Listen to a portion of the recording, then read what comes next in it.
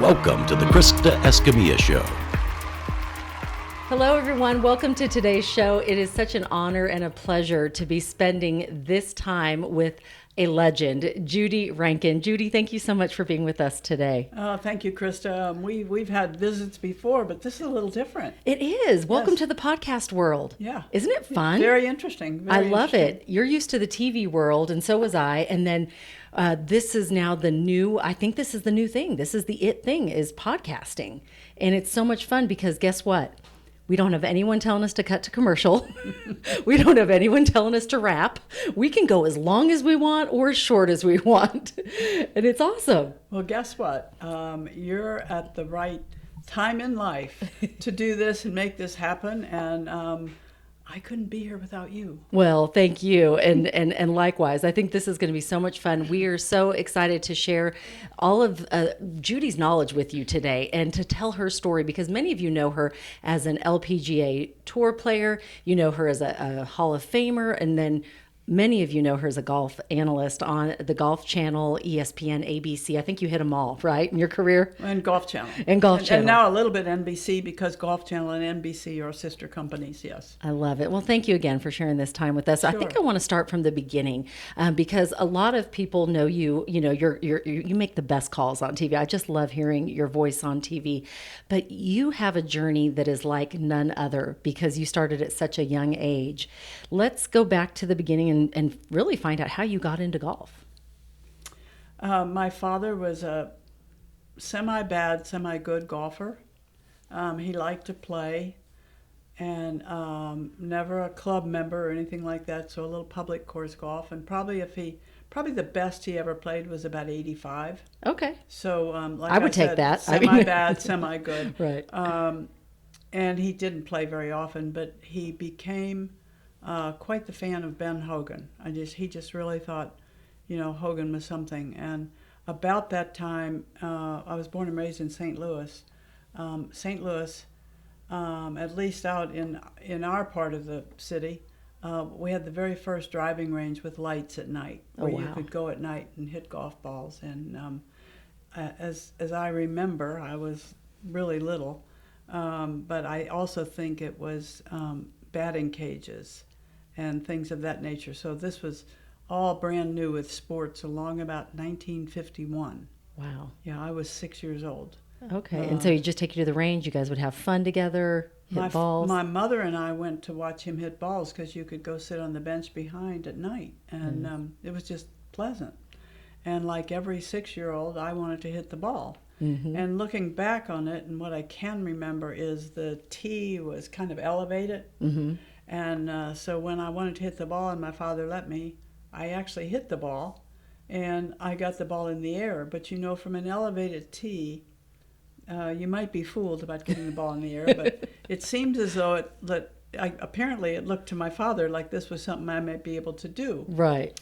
So the winter when I was 6, and then again the winter when I was 7, I was hitting balls in a hotel basement. A big hotel in St. Louis, Chase Hotel, which I believe still exists.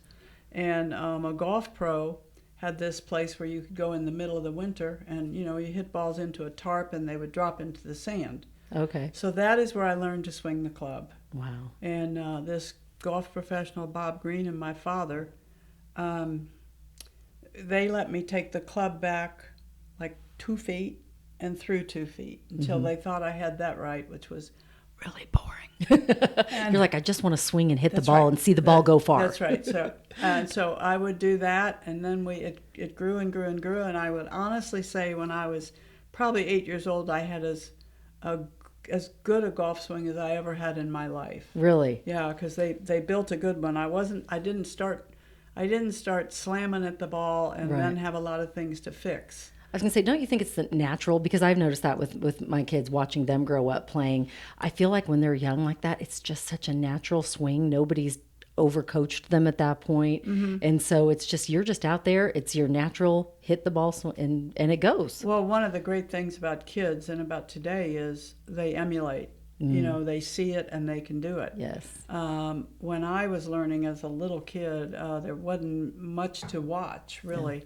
Yeah. So anyway, that's how it all started. And that golf pro in that basement was the pro at a little 9-hole course.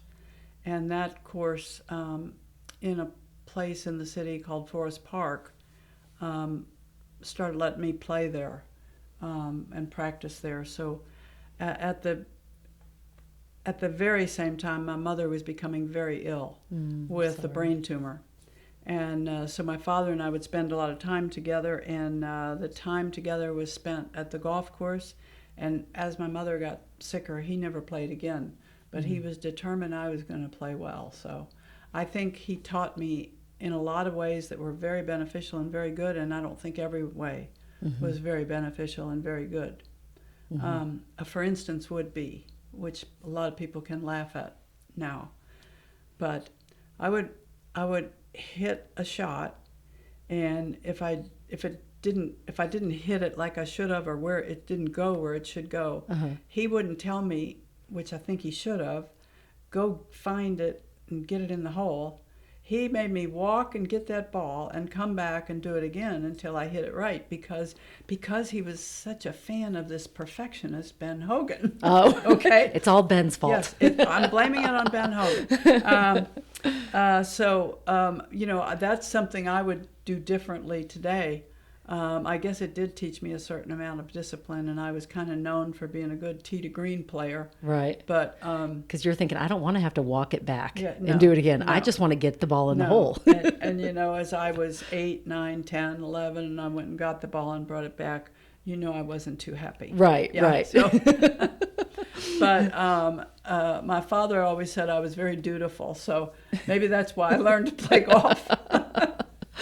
You sound like a great daughter. You do. I was, and hopefully I still am, a little bit of a pleaser. Yes. Yeah. So then at that point, I know there's a story about you going, and I'm going to let you tell it, when you were about 17. Was it the British Open?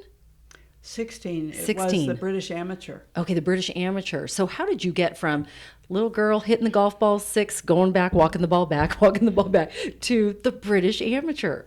Well, I know some people must think that I've thought up these stories, but they're true.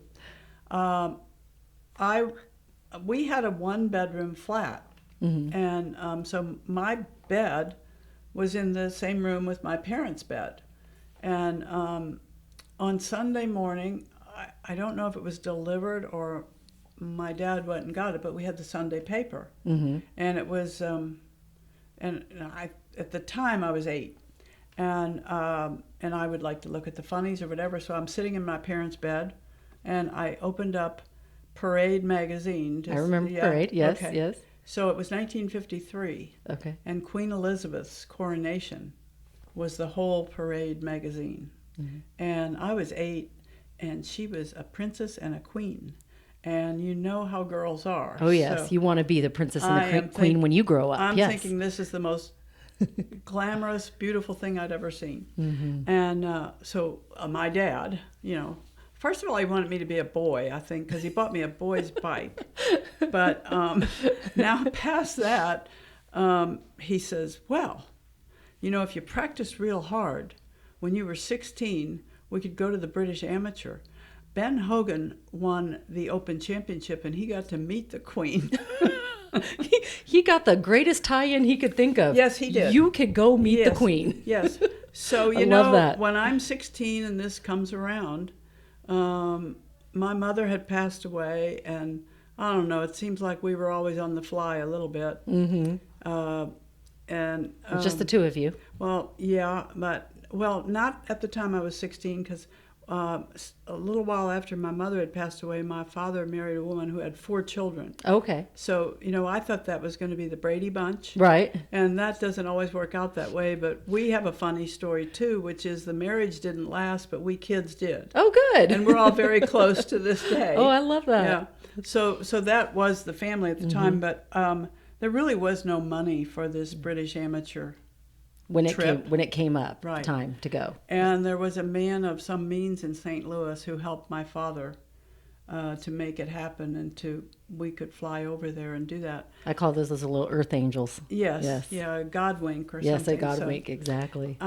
Anyway, as it happens, the year I was 16, it was at the most difficult course, Carnoustie, with the most difficult weather and all those things. So West Texas wind weather, is that what you're talking? wind, like rain, wind, cold, rain. hail, and of course, I wasn't used to any of that. And my dad, the Hogan fan, thought if you could do it right and it worked now, it should work always. Right. We wasn't big for adjusting to the conditions. And He didn't care the wind was blowing and the rain was falling, and you should be able to shoot 72. He didn't like me hitting the ball low, no. Anyway, end of the story is I did well in the first round because I drew a bye. And in the second round, I played a girl who had been playing golf for a year and a half. Oh, okay. And she beat me on the 18th hole. Okay. And we went home. And my dad kind of felt for me, I think. And the whole trip was hard on us because we were so inexperienced travelers, inexperienced at everything. And he said, I do understand if you don't want to play golf anymore. I do. And we'll go fishing. So at the time, I really needed my dad to say that. Right. I needed him to be a little less, this is what we're going to do. Yeah. And he did say that. And so we'd been home, I don't know, about 2 weeks maybe. And the year prior to, I had been low amateur in the U.S. Open. Okay. So now it's the year I'm 16, and that's when phones were connected to the wall. You remember that? Yes. And the phone rang, and he was sitting at the kitchen table, and he took the phone down, and it was Sports Illustrated. Oh, my goodness. And they said, is your daughter going to play at Baltusrol at the U.S. Open? Because we would like to do a cover story. So I started playing golf again. After that phone call. That's right. So I can also blame it on Sports Illustrated. Yes. Yeah, it's pretty hard to turn that down, and it was a great thing, and to this day, it's a remarkable thing, and I have no idea how that came about. I mean, everything happens for a reason, right? I mean, there's a reason why you went, you came home, kind of put the clubs up for 2 weeks, but when that phone rang, you knew in your heart.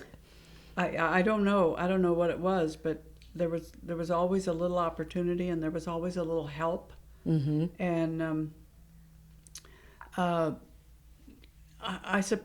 that was a big turning point. Right. I think it became more and more obvious that, and I often say, I hope people understand this when I say it, because so many people, fell in love with something and do it. And I always say, my something, golf, found me.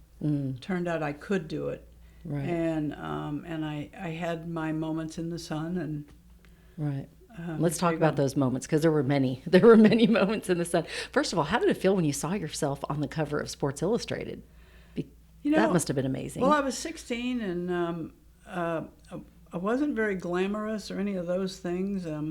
I was trying to fix my own hair, and kind of like us here today, right? Yeah. So, and my dad always had a certain way he liked my hair to look, and liked me to wear maybe a funky little hat or something, but I didn't have the hat on. Did you have the scarf? No, not then. That was my own invention. I love the scarf. Yeah, I did too. When I see video of you in that, I'm like, that is my I little love that. headband. I always said it kept my brain in. I love it. Yeah. So, but I was 16, and I don't think I realized the impact of it. I was tickled that, my stepbrothers and sisters and so on we were all in it, but. Yes. I didn't realize the impact of it, and the impact of it over all these years, because that just wasn't happening at that time. Right. No, you broke barriers. I mean, all throughout your career. How many wins did you have on the LPGA Tour? I won 28 times. I was given credit for 26. One was a team tournament, and one I think I should have been given credit for. Do I need to call Wikipedia and tell them to change it? It's the LPGA you'd have to call. Okay. But anyway, I understand not getting credit for the team tournament, but you know what I mean. So. We'll count 28. So I won 28 times. That's amazing. a couple, 3 times around the world. Yeah. What do you think that gave you the will to win? Because I think a lot of people, they have the talent. A lot of people love the sport, but not everyone gets the amount of wins that you experienced, right, on the LPGA Tour. What do you think it was out there that gave you that competitive nature and that will to win? First of all, I'm not sure I'm terribly competitive. Okay. But what I've decided is I was very competitive once I put the tee in the ground. Gotcha. But as some people, and I always refer to Annika Sorenstam because I think Annika is and was as competitive a person as I know in everything she does. Mm-hmm. And I think that's why she's probably been such a good wife and parent. Mm-hmm. Because she is going to do it the best, the best possible way she can do it. I think I was competitive in my sport when I played my sport, but I don't think I needed competition to be happy. It's not. Right. It's not really in me. You just enjoyed it when you were out there once you put the tee in the ground. Well, I think then I became competitive, and then I wanted to do well. And I always say I think there's different kinds of players. Some players just want to do it for the sheer joy of doing it well. Mm-hmm. Some people want to do it and they really don't care how they do it if they can work out winning. Right. And some people have all of those things. Yes. In one. I bet your kids who play quite good golf, everyone's probably different. They are, all 4, completely different out there on the course. Yeah, absolutely. Yeah.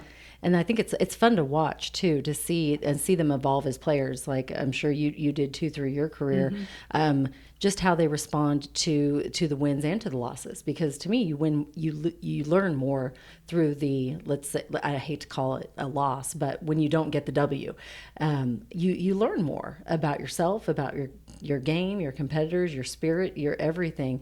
And then the wins. Sometimes the win, it feels really good, and other times it was like, well, I don't know. I shot 78 and I won. Or it was right. like I shot 65 and I won. There's differences, but I think each time they learn more about themselves as people, and then I see them grow into the people they are today. I love nothing more than a parent coming up to me afterwards and saying, I really enjoyed watching your son or daughter play today, and how they talked with their competitors, because there's that level of respect that they can gain on the course from when they see it when you get it from the parents of your competitors. Sure. As a parent, there's nothing better than that, because to me it's more important that they're good people rather than good players. Yeah. And so, but anyway, that's a whole, we could go on a whole other track that way. But I just always wanted to know about the competitive nature of you, because you were winning at a time when there were not there was not a lot of focus on women's golf. And you right. helped change the trajectory of that. I have so many questions. First, I want to talk a little bit about the journey of how you balanced motherhood, being a wife, and being a tour player. But before we do that, guess what time it is? It's time for quote of the day, Judy. Judy's like, what is this? I just you pick anyone you want, and then you read it. And if you can't read my writing, I'll read it for you. Encourage. Ooh, you got the I love that, because you're so encouraging. This is nice. Try to be a rainbow in someone's cloud. Maya Angelou. Oh, I love that quote. What does that quote mean to you? That quote means to me that you never know if you smile at somebody, whether it be the grocery store or the guy changing their tire or someone super important, how that might make their day. And I think that's one of the things in my life now that was different when I played. Because I think when I played, I tended to be pretty serious, and I didn't smile at enough people. But I didn't have a great nervous system for what I was doing. But since I've worked in television all these years, I don't have the same kind of stresses, and you're not making bogeys. And when I was along the ropes on the men's tour for so many years, if somebody spoke to me, I had time to speak to them.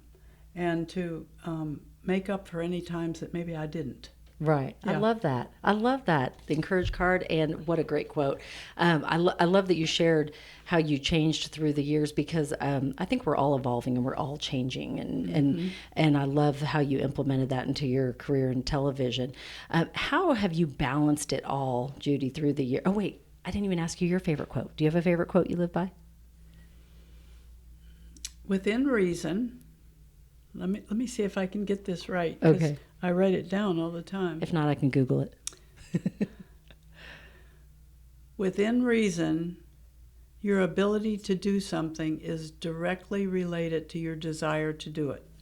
Yes. So if you can't fly an airplane, you are not going to be an astronaut. But within reason, if you want something bad enough, there's a good chance you might make it happen. I love that. Yeah. That's a great quote. Great quote to live by. So how did you balance it all? Let's talk a little bit about that, because as a mom, I know how hard it is if you're away, and if you're on tour, you're away. I mean, you've got to go, Monday you've got to fly in, Tuesday your practice round, Wednesday pro-am, Thursday We were driving the road a lot. Fortunately, my husband could be with me a fair amount, and when it got the hardest is when our son had to, seriously be in school. Mm-hmm. I think that's when it was the very hardest. So we were on the road a lot, all through the 70s. There was flying, but a lot less of it, it seems. My daughter-in-law has a little sign that absolutely applies to how we balanced it all. And it says we are just 1/10 short of a circus. And that's what we were. I love that. For sure. I feel that on all levels. Yes. With 4 kids, right now we have 3 dogs in the house, because Aspen got a dog recently. So 3 dogs, 2 cats, and 3 turtles. I feel like it's a circus all the time. Yeah, you're just 1/10 short Yes. of a circus. Uh-huh. That's funny. I love that. But you were able to do it. And then, of course, the journey then brought you to Midland, Texas, right where we're recording today. When did you move here to Midland? Well, I met a man. Oh, And hey, that's how I got here. I That's met right. a man. Yeah. Hi, Al. I ended up married, and I've been here for 50-some years. It's a great, isn't it a wonderful community? I appreciate it more the older I get, I think. Mm-hmm. And a very generous community. I do a little bit of financial work for juniors, and thank goodness for a very generous community. Yes. So, I am stuck on where I live, mm-hmm. and there's always things you wish could be different, or sometimes better, mm-hmm. sometimes not so much. I don't know. Everybody has an opinion, right? Yes, I've had an extremely good life here.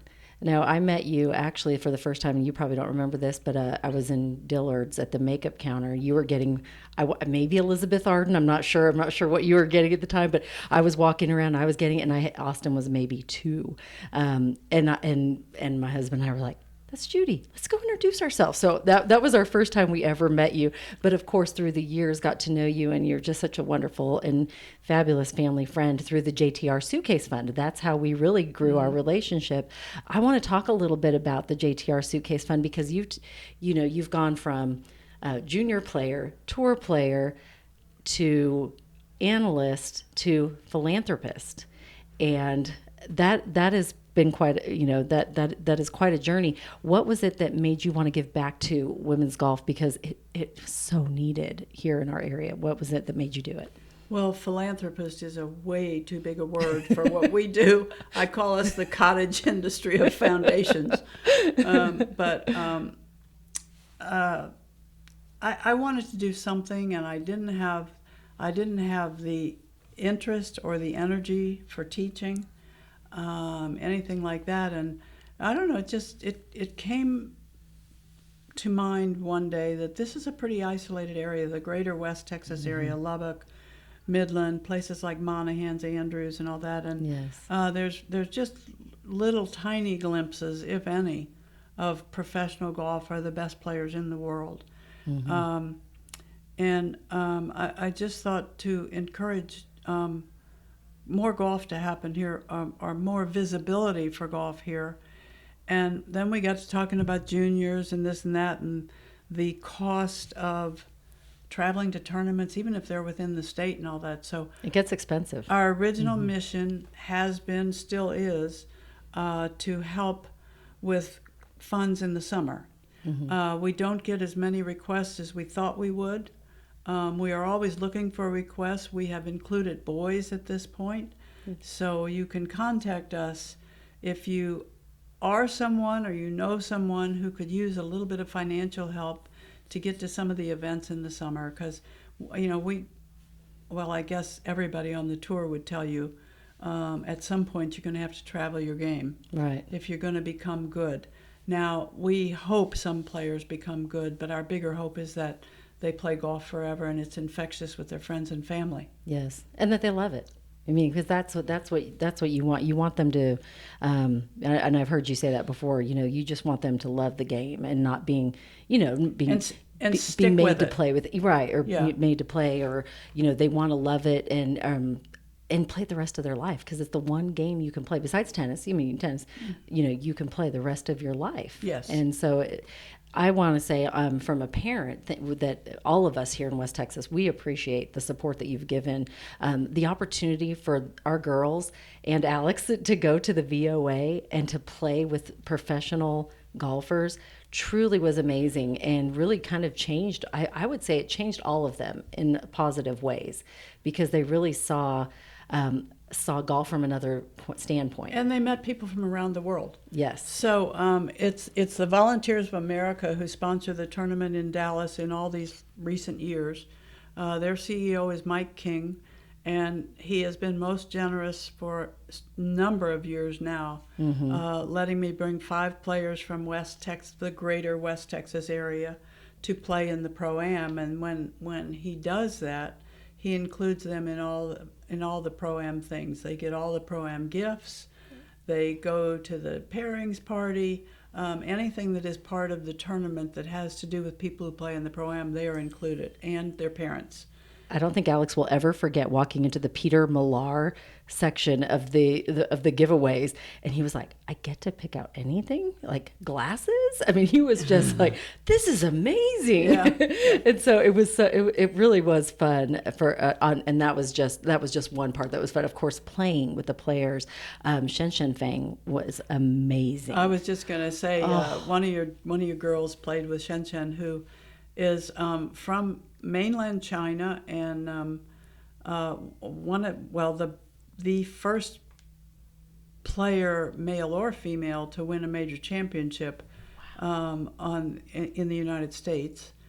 She has since gone home. She's retired. She did. I'm know not that. sure that she's not competing somewhere in the Far East, but she is not playing on the LPGA tour any longer, and she was such a character. Oh, I and loved her. I really loved her. Everybody loved Shen. And I remember the day that they were going to play together, and I passed her as she was coming from the practice tee.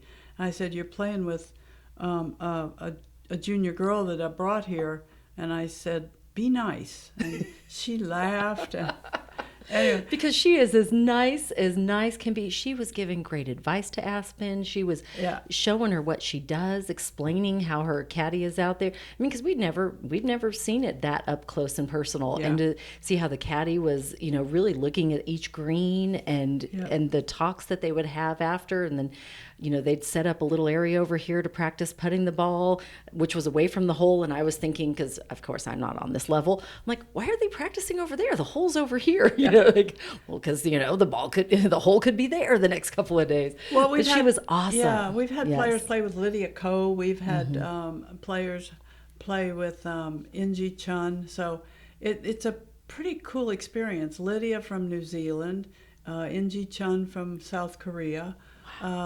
I think for young players to meet players from all over the world, the LPGA kind of prides itself in being a global tour. Yes. But we've also had players play with Michelle Wee. We've had players play with Lexi Thompson. Yes. That's one of the better things that we do. Absolutely. So if you're interested in finding out more about the JTR Suitcase Fund, I highly encourage you to look it up. They have an Instagram account, I believe Facebook as well. Don't quote me on that. Is there a Facebook? I think there is. There's a website. There's a website. Let's give the website. Yes. Yes. I wish I knew the website. Just Google JTR Suitcase Fund. Yes. And or the official Judy Rankin. Okay. I never know, because every time you try to do something that would make sense, it's taken. Oh, Yes. and then they want you to buy it. Yes. Yes. So, Internet. Can I make your fans laugh? Yes, please. So my very good friend Julie Inkster. That made me laugh. Wait, that you said fans. Yes. but hello, yes, friends, fans. Yes. My very good friend Julie Inkster and I, we have for a number of years had this little talk about how often we are asked to do something and you keep thinking the next sentence is going to be a fee, and there never is. And so often we have done it, but we're kind of weary of doing it. So we own the domain name. We do it for free. I love it.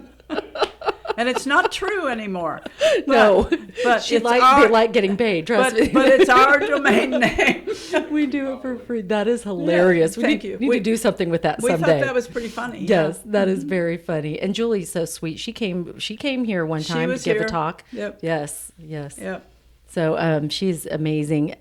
Really, everything Judy does is amazing. I just have to tell you, it really is. She's so humble, and you really are. You're so humble. Your stories are great, and how you see Judy here. This is how she is when we're having dinner, and after an event. I mean, you're so down to earth, and I just love that about you. I have a couple questions. What do you think you have learned the most from the game of golf? Oh boy. The nature of the game of golf is you can be brilliant one day and pretty not brilliant the next day. And so you have to take the good with the bad. I always feel like a concert pianist can play and can always play. Right. But in golf, it's not quite the same way. So that's a good analogy. I've never thought about that. Yeah, you have to take the good with the bad, and I think I've learned from golf that for the most part, unless it's extremely short-lived, a temper is a really bad thing. Yes. And it tends to be that way throughout our lives in everything we do. That is so true. So I mean, such a good life lesson on the course and off. Yeah. And I have to note that if you put that concert pianist in the wind with rain coming down. On a hill? On a hill, yeah. And water down there, because the keys are going to break to the water. You're going to have a whole different outcome. So, but it's so true. I feel like every round, every day is just different in the game of golf. And I always remind our children that golf is what they do, not who they are. How have you balanced that, like, through the years? And I know you've interviewed the best in the world. How do you think they manage that? Because the emotions and the roller coaster of shooting a 77 one day and a 63 the next, and then maybe losing the tournament because someone comes in and shoots a 61 and you were up here. How do you think they manage the roller coaster of emotions that golf gives you? I don't think I always did manage it well. Really? And then when you have a family who's kind of close to it, whether it be your husband, your father, whatever. Right. I think it becomes more difficult, and I do see these family relationships on the LPGA tour and on the PGA tour, for that matter, that seem extremely healthy to me. Nice. And I think in my case, it's not that they weren't healthy, but you get where you're. Even Nancy Lopez has said this. You get where you don't want to go home at night after you haven't played well. You don't want to go back to the room because everybody's going to be either upset or disappointed. And Nancy Lopez said the same thing. And so that's how you have to separate from that. Lexi Thompson has been dealing with that for the last few years. She said she has sought help to learn how to separate how she plays golf from how she is and who she is. And I will tell you, all the years ago when all the sports psychologists first sprang up, I didn't think too much of it because, in our case, your caddy or your father or somebody was your sports psychologist. Right. And just said, don't do that. Right. But as time has gone on, I can appreciate the ways that they have helped these highly competitive people in a very competitive situation and in front of the whole world. Right. More so in front of the whole world than they've ever been before. Mm-hmm. How they have helped them to deal with their emotions and to have the right kind of emotions for performing. Yeah, because that's so important to be able to separate it. Because I think it's the most important to know that no matter what you shoot that day, you are loved. Your family loves you. No one's ever going to go, oh, you didn't shoot whatever the number is you wanted in your head, right? I don't love you anymore. No one's going to ever say that. But I think there's such a pressure that is put on a golfer themselves, that they... Oh, you do it to yourself. You do, yes. But the people around you can contribute for sure. Right. The great recent story is the story of Scotty Scheffler on Sunday morning. Yes. I don't know how many people have read that story or know, but on Sunday morning when he had the big lead and you have a very late tee time at Augusta and all that, he said he broke down and cried with his wife and said, I'm not sure I'm up to this, and she got him shaped up by saying, I'm going to love you whether you shoot 80 or whether you shoot 65, and so is the rest of your family. Yep. And just go enjoy it. So, that's the kind of support that frees you up.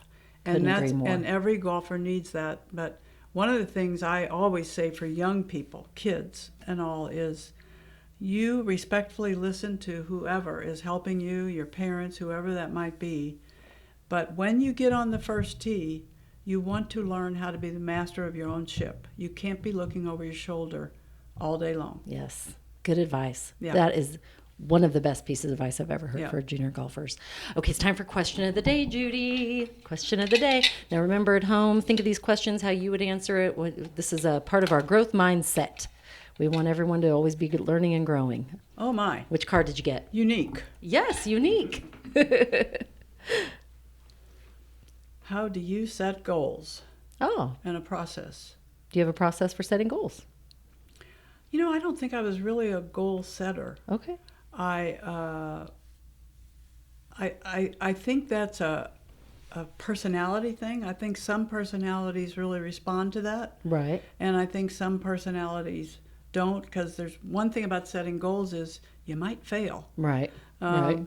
And the one thing I've learned about best golfers in the world, maybe it's true across sports, maybe it's true in business, is your fear of failure has to be really either non-existent or very small. Yes. So I think people who don't set goals, maybe they have more of the fear of failure. Maybe that's possible. But my goals, can I tell you my goals today? Absolutely. Because they're really little. Okay. Of a little, I would love to hear your goal for today. little piece of paper by my bed. And when I think of things that need to be done or somebody I have to talk to or this or that, even in the dark, sometimes I'll scratch it out. And the next day, those are my goals. I love it. And if I can get 2 or 3 of them, if I can scratch them off, it's been a good day. I love it. That is Yeah. great. That is awesome. I firmly believe if you look right here in my little backpack I have over here, I have several pads of paper. I do the same thing. I want to see it on paper. Because if I see it on paper, there's a chance it's going to get scratched off, right? Yeah, so and if so it's in not the- on paper, yeah. it's not going to happen. In the world of goals, I guess I celebrate what's gotten accomplished. I love that. Yeah. Celebrate the little wins, little wins every day. Yeah. Do you have a favorite memory from your time? Your broadcasting season is coming to an end. Not yet, luckily. You still have some more, and it might be evolving into some other things. But the travel that you've been doing for so many years, you're cutting back to what, you have 3 tournaments left. I just have 3 more this year, and they're later on in the year. Oh, good. So you get a little break. Nice. Yes. Do you have a favorite memory from your time in the broadcast booth? I tell you, almost the whole time is a favorite memory. I love that. I was 25 years approximately on on the ground on the PGA Tour, which was such an experience. First woman for me, right? For men's first, yes, to do it on a continuing basis. Yes, that's incredible. And it was ABC Sports who gave me that first chance, and then it morphed into ESPN. The experience that I had being part of the PGA Tour for so long was an amazing experience to me, and I've often said, had my careers been reversed, that I learned how to play golf after and had watched all that I watched, I really do believe I'd have been better. I do. I think you were pretty amazing. Well, though. thank you. But I learned a lot by not playing, and I have often said that in a strange sort of way, I love the game more now than when I did play, because the game no longer frustrates me. Right. And now maybe this is the non-competitive part of me, I don't know, but television has given me this great chance to really appreciate how good people are. Yes. And what they do. And I'm going to tell you, when you're a player, you really don't care how good they are. You just want to beat them. That's right. You don't even want to know how good they are. You're like focusing on your own game. I love that. That is so true. And I think, you weren't trained right as a journalist or broadcasting, but I would say you are one of the best broadcasters. I remember I told you one time you came into our house, you had to read something. It was like a bio for someone that was getting presented an award, and she took it on the first take. And I said, "Judy, you are good." And she goes, "All I did was read." And I thought, what? You're so humble, because it's tough to read, and it's tough to read when millions of people are watching you, or really even more than that. It's tough to have the analysis that you have on the spot. There's nothing like live television, right? Anything can happen. True. And it does sometimes. Yes. Do you have a crazy I can't believe that just happened on live TV moment? I told this story the other night. You might not have been there. I missed that part, but Al told me. It's great. Yeah, I love the story. This great guy that I work with, Tom Abbott, who works for NBC and the Golf Channel, we were doing the tournament at Mission Hills, what this year has been the Chevron. And we had two Swedish players vying at the top. And what he said was true, but he started on about how their mothers lived right near each other in Gothenburg, Sweden. And I knew where he was going with this, and I look across we're about 8 feet apart, I suppose, and I am waving my arms like I'm bringing in an airplane.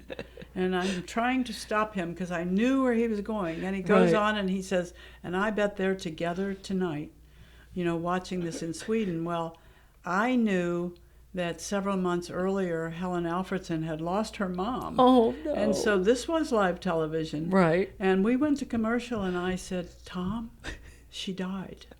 And no, he had to come back and try to repair that. And that's not easy. That is not easy. That is not no, easy. It's not. So there's a little bit backpedaling. That was a good live moment. That's funny. Yeah. Well, and if I remember, Al was telling me, and I'm not sure because I wasn't in the room, but one of the guys said, whenever there's a moment on that you, in the broadcast booth, when you're not sure what to say, you say to 12.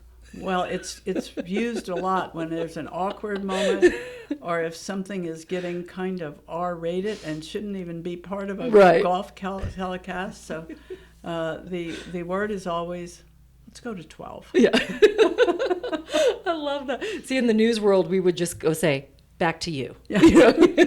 Or if something wasn't working right on the teleprompter, let's check in with weather. Exactly they can just look at their screen and tell us what the weather's going to be. And I love that. Once you're in television long enough to be relaxed, yes, it is all so much fun. It is. It really is. And as one of the producers said in my ear, in all of our ears one day, he said, "Remember, this is not brain surgery." Yes. Yeah. It's so true. And I've heard that before too. Yeah. And it makes you be able to laugh and have fun and just do what you love to do. Right. And I love live television. I really do. It is. It's fun. Kind of like today. This is it's live on tape. Y'all are going to hear this a little bit later, but I love that there's that just that freedom to just be yourself and to just do what it is you're intending to do that day. He also, sorry, I'm like paraphrasing from the other night because I wasn't there, but he also said you had 2 rules for your kind of your career. Do you remember what you said the other night? Because I loved these 2 rules. Al remembers. What did she say?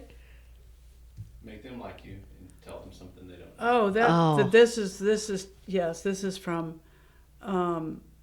different producers over time. Yes. One was they were probably both the same producer, and it's a man named Mike McQuaid who is at ESPN, probably working right now. Hi, Mike. Putting the PGA on one of your ESPN channels. Mike McQuaid would get in he always told us in production meetings, tell me something I don't know. I love that. So he didn't like it when you said, well, the putt came up short, because we are live television and you do see the picture. And everybody knows the putt just came up short. He did not like comments like that. But so funny. I love that. We had a big championship going on, and a player that was not really known to the public and so on, and looked like it was a bit of a runaway.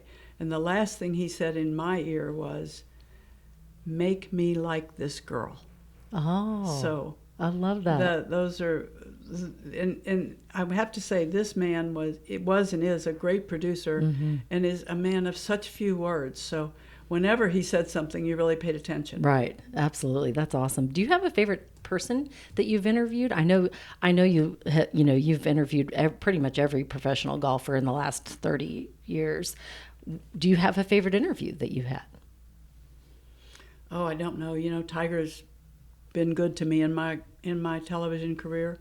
But if I told you something that was fun, ABC Sports, we used to do the old Bob Hope and all the celebrities and all that out in the Palm Springs area. So, and there were like 4 different golf courses. So usually I would go to some course where the pros were playing, but there was one course every round that would be what we called the celebrity course.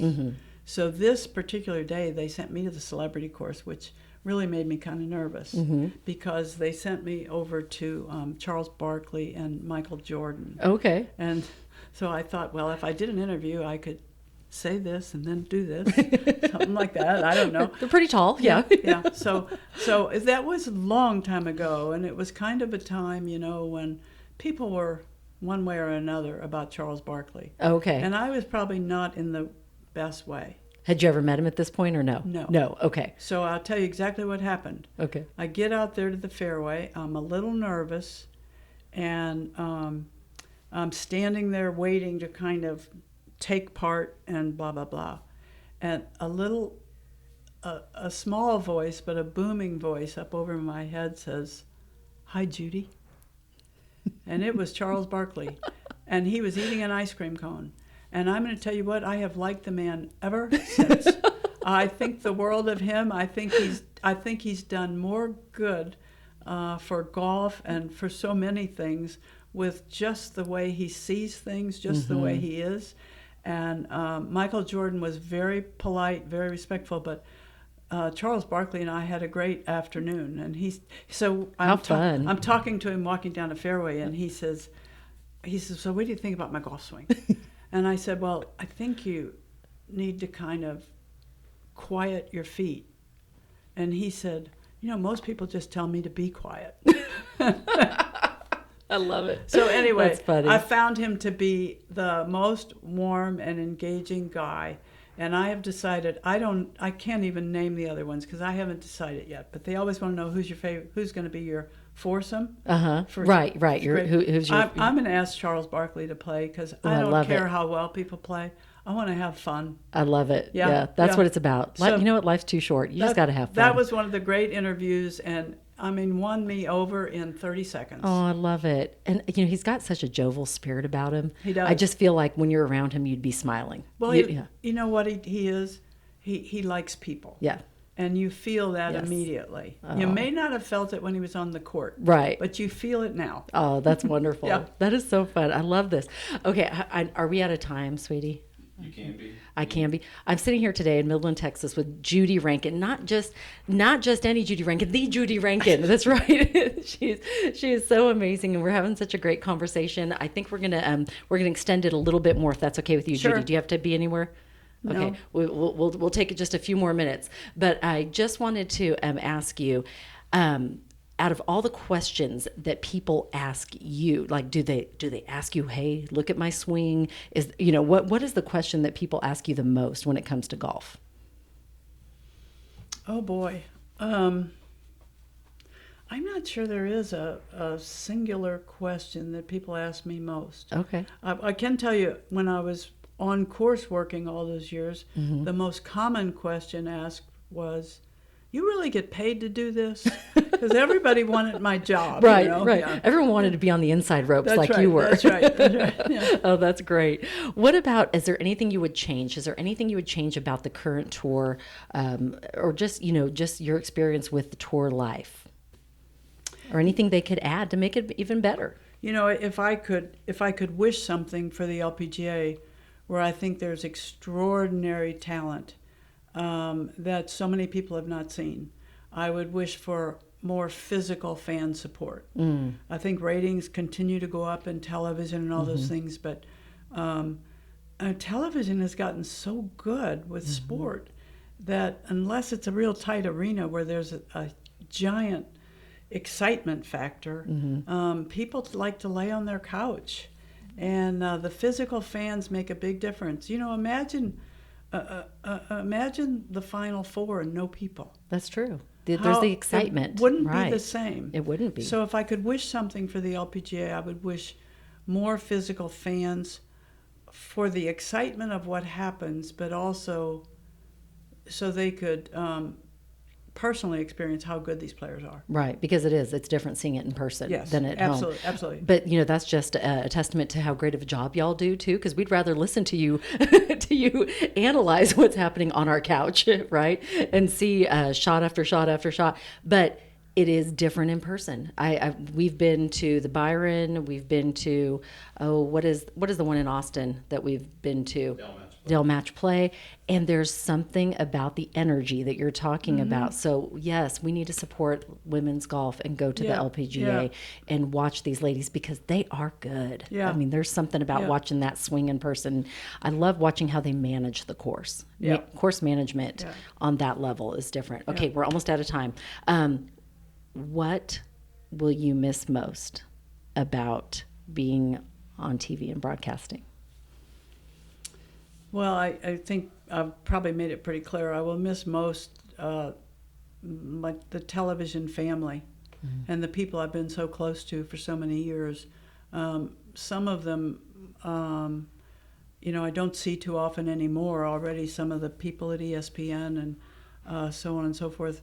Some our paths cross for whatever reason, but in each case, you become pretty close to people, and I've been the most fortunate person in TV that every place I have worked, everybody likes each other. Yes. And so, we always like to say you never have to eat alone if you don't want to. Oh, Yeah. I love that. Yeah. Well, we are certainly going to miss you calling from our home. I know we're going to miss hearing your voice on TV and calling, and you will be loved. But now I get to see you more because we'll just have to have dinner instead because you won't be traveling as often. So I get to see you in person more, which will be wonderful. But we just want to say thank you from a golf fan family. Thank you for the years that you've poured into the game and the sport that we all love, because the love you have for it definitely showed on TV. And for each and every player that you interviewed, because to me there was nothing better than watching you stand there with the microphone and interview a player as they walked off the course, because your questions were genuine, they were heartfelt, they weren't